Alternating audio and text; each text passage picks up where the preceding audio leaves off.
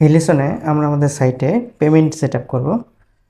তো আমরা এই জন্য এই সেট আপ পেমেন্ট এই সেকশনের এই সেট আপ বাটনটিতে ক্লিক করব।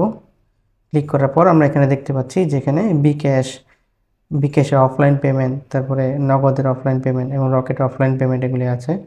তো বিকাশ এবং নগদ এবং রকেট এবং তিনটিরই দুইটি ওয়েতে আপনি পেমেন্ট করতে পারবেন। একটা হচ্ছে অফলাইন এবং একটা হচ্ছে অনলাইন।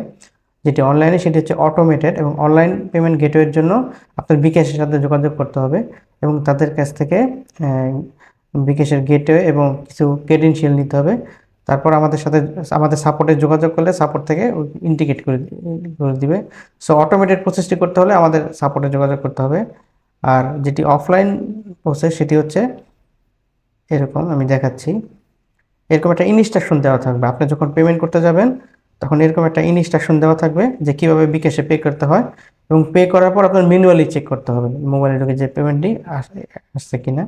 তো এটা দেখার জন্য তো আমি এটা এটা অ্যানাবল করে দিই বোঝার জন্য, এবং এখান থেকে অর্জনে থাক এবং সেভ করে দিলাম। আর ক্যাশ অন ডেলিভারি এটা বাই ডিফল্ট অন। তারপর আমি ফিনিশ সেট আপ করলাম।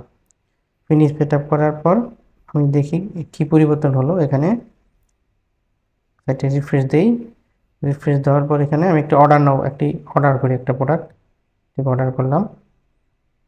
অর্ডার করার পর এখানে আমার নাম দিচ্ছি। নাম দেওয়ার পর এখানে আমি একটা মোবাইল নাম্বার দিচ্ছি একটা অ্যাড্রেস এই আর কি। তারপর এখান থেকে এই যে বিকাশ সিলেক্ট করা থাকা অবস্থায় এই যে দেখেন এখানে একটা ইনস্ট্রাকশন দেখাচ্ছে যে এইভাবে বিকাশ পেমেন্টটি করতে হবে। আর ক্যাশ অন ডেলিভারি সিলেক্ট করলে যে এরকম আসবে। এখন আমি অর্ডার কনফার্ম করলাম। জি জি এইভাবে। তো এইভাবে পেমেন্ট সেট আপ করতে হয়। পরের লেসনে আমি শিপিং মেথড সেট আপ করে দেখাবো।